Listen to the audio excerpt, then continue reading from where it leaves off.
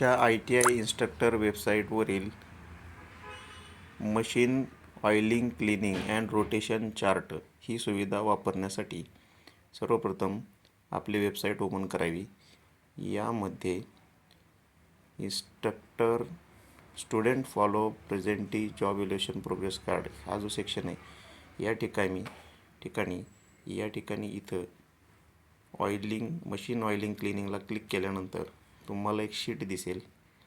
या शीटमध्ये तुमच्याकडील सेक्शनमधील असलेले सर्व मशीनची नावे या ठिकाणी दिसतील व त्यापुढे 1, 2, 3 अशा पद्धतीनं तुमच्याकडे जे विद्यार्थी आहेत त्याच्यानुसार roll number 1, roll number 2, roll number 3 या पद्धतीनं ते रोल नंबर असतील. याचा उपयोग उदाहरणार्थ 1 नंबरची मशीन HMT लेथ मशीन 3866 नंबरची मशीन 1 तारखेला रोल नंबर 1 ज्याचा आहे त्यानं ते ऑइलिंग क्लिनिंग आणि स्वच्छ करावे. अशा प्रत्येक मशीनच्या समोर त्या तारखेला जो नंबर असेल त्या विद्यार्थ्याने ते मशीन ऑइलिंग क्लिनिंग करेल. या ठिकाणी कोपा ट्रेड वगैरे असेल तर त्या ठिकाणी कॉम्प्युटरचे नंबर वाईज सर्व कॉम्प्युटर या ठिकाणी असतील.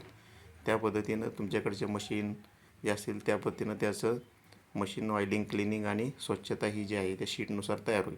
आता या शीटमध्ये एडिट करायचं असेल तर या ठिकाणी वरील पहिला जो सेक्शन आहे ITI न्यूज अपडेटमध्ये अपडेट स्टुडंट इन्फो रेकॉर्ड या ठिकाणी मोबाईलवरती आपण अपडेट करणार मोबाईलला क्लिक करावे व गुगल शीटवरती ओपन क्लिक करून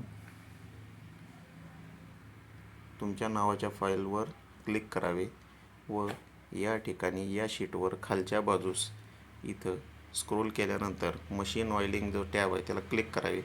म्हणजे मशीन ऑइलिंगची शीट या ठिकाणी ओपन होईल. यामध्ये तुम्हाला सप्टेंबर महिना 2024 जी शीट आहे म्हणजे ही सप्टेंबरमध्ये वापरायची मशीन ऑइलिंग क्लिनिंगची शीट आहे. यामध्ये सर्व मशीनची नावे तुम्हाला या ठिकाणी दिसतील व त्याच्यापुढे त्याचे रोल नंबर दिसतील. असे प्रत्येक महिन्याचे वेगळं शीट नोव्हेंबर, डिसेंबर, जानेवारी अशा पद्धतीने प्रत्येक महिन्याची शीट तयार होतील. या ठिकाणी आपल्या सर्व मशीनची नावे लिहायची व त्यापुढे रोल नंबर प्रत्येक तारखेवाईज 1 तारखेपासून ते 30 तारखेपर्यंत प्रत्येक मशीन कोणी स्वच्छ करायची ऑइलिंग करायची याचा तो चार्ट याला मशीन ऑइलिंग चार्ट असं आपण म्हणतो. अशा पद्धतीनं आपण आपल्या वेबसाईटवर मशीन रोटेशन चार्ट आपण वापरू शकतो व तो एडिट देखील करू शकतो.